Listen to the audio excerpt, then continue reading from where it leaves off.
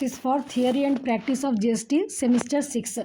This is the syllabus. You have unit 1. Unit 1 you have introduction to GST and tax invoice and bills of supply, debit, credit notes and e-way bill. Input tax, credit input and credit mechanism, GST returns, payment of tax, payment of taxes. In unit 2, you have getting started with GST, and only one unit we have getting started with GST in unit 2, and unit 3 you have recording advance entries, GST adjustments and return filing. And in unit 4 you have two chapters, getting started with GST services and place of supply. In unit 5th you have three chapters, recording advance entries and migration to ERP, exempted supply of services, advance receipts from customers under GST. It's clear.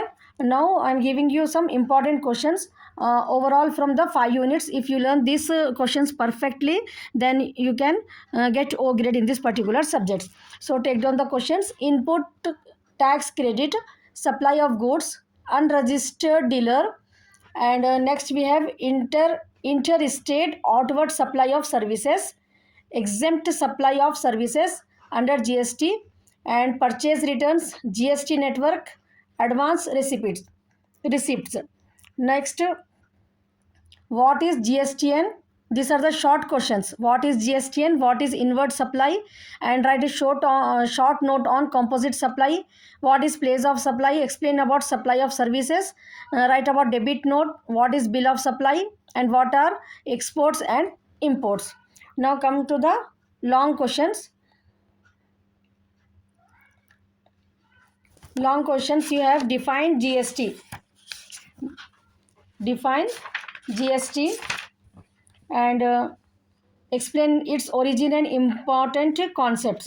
Explain the concepts of cancellation and revocation of GST registration. Explain about getting started with GST. How to start with GST. Explain the various steps involved in enabling the GST. And one problem also, short problems also you may get it. Next we have what are the records and accounts can be maintained by a person registered under GST Act. So this is also an important question. What are the records and accounts to be maintained by a person and who is registered under GST Act? Explain mixed supply and composite supply under GST. What do you mean by services? Explain briefly about the determination of supply of services and place of supply of services. Next we have explain the procedure for cancellation of inward and outward supply of services. This is cancellation is also an important question. What do you mean by deemed supply of services? Explain suitable diagrams. Explain the concept of advance receipt from customers under GST. Now next we have some more questions I have given to you. Explain the process of registration under GST. Next write about invoicing. Explain about invoice documents and also discuss about the transportation of goods without issuance of invoice. Next we have discuss about the interstate supply of goods. This is also in short also I have given this important question. Interstate supply of goods. How do you define GST rates at various level? Next, how do you account for GST on purchases from composition and unregistered dealer? What do you mean by GSTR? How are they generated? Write the procedure of determination of supply and place of supply of services. Write about cancellation of supply of services. Next we have how do you create GST duty ledgers. Next, what do you mean by reverse charges on services under GST? Explain various situations under which GST is reversed. So these are the topics. If you covered easily, you can attempt the this paper theory and practice of GST. These are the most important topic actually frequently asked into the this GST question paper.